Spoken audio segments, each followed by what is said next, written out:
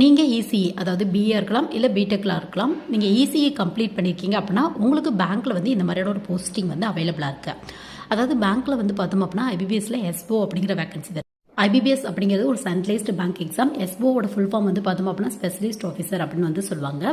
So இது கீழே வந்து பார்த்தோம் அப்படின்னா உங்களுக்கு வந்து ஐடி ஆஃபீஸர் அப்படிங்கிற வேகன்சி வருது. இந்த போஸ்டிங்கை பார்த்து இது வந்து சிஎஸ்சி முடிச்சவங்களுக்கான போஸ்டிங், ஐடி முடிச்சவங்களுக்கான போஸ்டிங் அப்படின்னு சொல்லி வந்து நம்ம அவாய்ட் பண்ணியிருப்போம். பட் இந்த போஸ்டிங்கே வந்து பார்த்தோம் அப்படின்னா இசிஇ முடிச்சவங்க, இஎன்ஐ முடிச்சவங்க, கம்யூனிகேஷன் ரெலவெண்ட்டான இன்ஜினியரிங் முடிச்சவங்க, பிஜி கம்ப்யூட்டர் ரெலவெண்ட்டாக முடிச்சவங்க, பிஜி கம்யூனிகேஷன் ரெலவெண்ட்டாக, எலக்ட்ரானிக்ஸ் ரெலவெண்ட்டாக, ஸோ இந்த மாதிரி எல்லாமே ட்ரை பண்ணலாம் அப்படிங்கிறத எலிஜிபிளாக வந்து ஃபாலோ பண்ணிட்டு இருக்காங்க. ஸோ இசிஇ முடிச்சிருக்கீங்க அப்படின்னா பேங்க்கில் வந்து ஒரு அசிஸ்டன்ட் மேனேஜருக்கு ஈக்குவலான போஸ்டிங் வேணும் அப்படின்னா கண்டிப்பாக இந்த போஸ்டிங் வந்து ட்ரை பண்ணி பாருங்கள்.